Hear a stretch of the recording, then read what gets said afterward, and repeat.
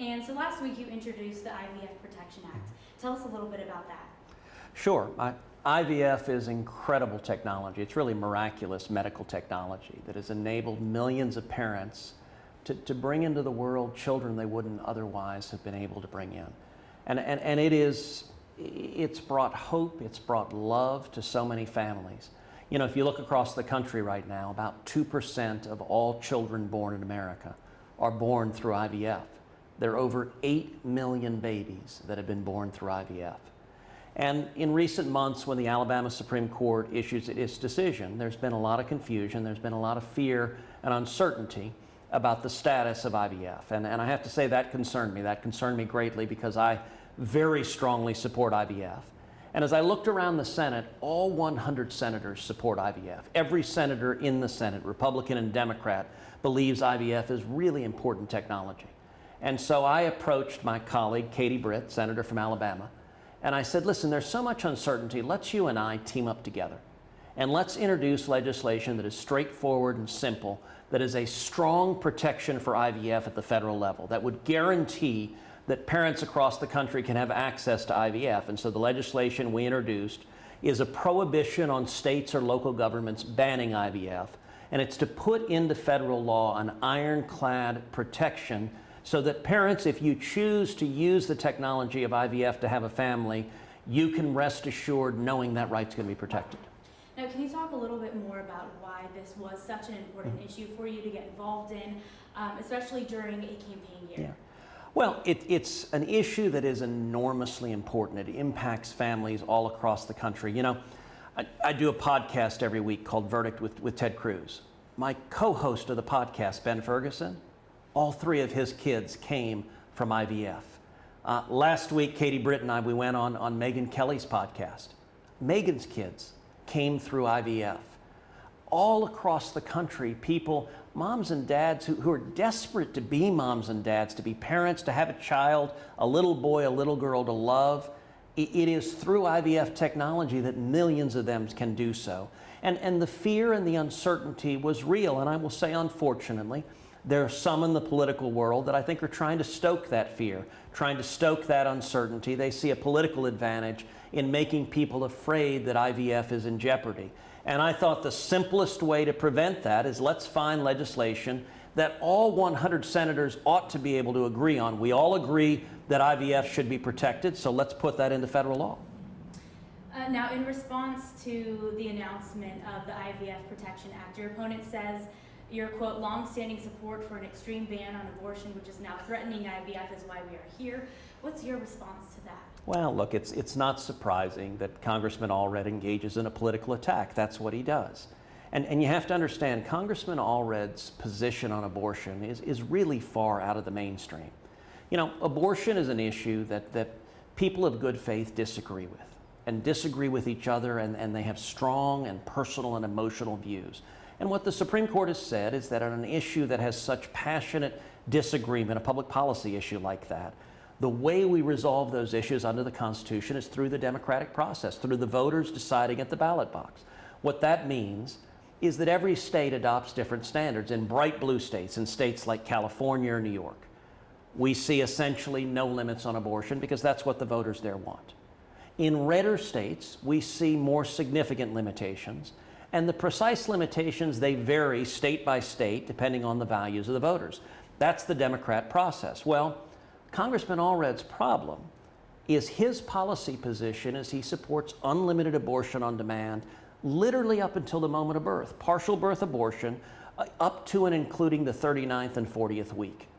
That's an extreme position. That is nationally about 9% of Americans agree with that. 91% of Americans say that is going way too far. Even a majority of people who consider themselves pro-choice say that's going too far. And so what you see a lot of political candidates, a lot of Democrats doing is rather than defend their actual policy positions, they try to attack and suggest that big bad Republicans are going to take away IVF. Now, it's not true. As I said, every single senator supports IVF, and I wanted to introduce legislation to make that absolutely clear because it's not right, it's not fair to be scaring people that a right is going to be taken away from them when it's simply not true. And this legislation is designed to make that crystal clear to everyone.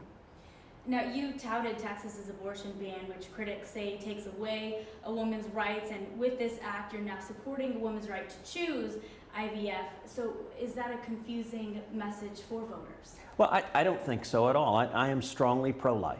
I also believe in the rights of the voters to make determinations, to decide on an issue that is contested, on an issue that people have real disagreements.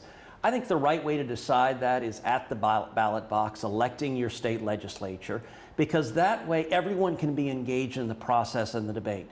IVF is something in which there is overwhelming consensus. 84% of Americans nationally want to see IVF protected. As I said in the Senate, on the merits, this should be 100-0. We all should agree on the merits. Now, I don't know right now if the Democrats are going to try to block my legislation. They're certainly making noises suggesting they are. But I got to say, if they try to block it, the only possible reason they could is a very cynical reason, that they want a political issue to campaign on in November rather than putting into law a clear ironclad protection. So my view, we ought to take IVF off the table. We agree. Republicans and Democrats agree IVF should be protected as a matter of law. So let's do that together. And then on issues where there's disagreement, let's let the democratic process play out. Now, we are here today to talk about the FAA Reauthorization Act of 2024. How does this bipartisan effort support the average person traveling? Well, this bill was an enormous bipartisan victory for the state of Texas. I was the lead author of this bill, along with Maria Cantwell, a Democrat. Maria is the chairman of the Senate Committee of Commerce, Science, and Transportation, and I'm the ranking member, the senior Republican, on the same committee. And so the two of us together wrote this bill. We spent many months, we spent thousands of hours working together on this bill. This bill makes historic investments into aviation. First of all, into aviation safety. The first priority for aviation has to be safety. Look, when you or I, when we get on a plane, when we put our family on a plane, when we put our kids on a plane, the most important thing is that we land safely, that our family's safe. And so this makes major investments. It directs the FAA to hire the maximum number of air traffic controllers so that we have resources to make sure the flying public is safer. It invests billions of dollars in technology to prevent accidents. You know, we're here at Austin Bergstrom Airport. As you know, last February, there was a near miss that was really frightening. On that runway, there was a Southwest airplane getting ready to take off, and a FedEx plane nearly landed on top of that jet. It came within about 150 feet of landing on top of that jet. Had it done so, more than 120 people would have died that day in all likelihood. Now, thankfully, due to the heroism of the pilots, that collision was averted, but this bill invests in technology on runways, including this runway here, to prevent a future accident like that. It also invests in technology in the air traffic control room to do a better job monitoring planes while they're in the air. Beyond that, aviation is critical for jobs in Texas. My number one priority in the Senate is jobs, jobs, jobs. And Texas is a massive aviation hub.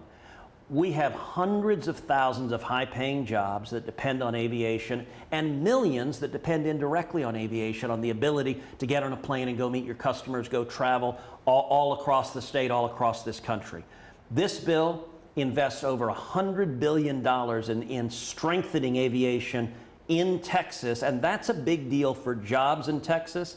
And I got to tell you, at a time when there's so much partisan division in Washington, I was really proud that we could get bipartisan consensus. This bill passed the Senate 88-4. We saw overwhelming consensus, and that's because we worked for many months to incorporate the priorities of senators across the aisle, Democrats, Republicans from every state, to have a major bill that enhances aviation. And I'm so sorry to interrupt. I'm being pressured to get him moving, so can we make this the last question? Yes, of course. Okay, let me see.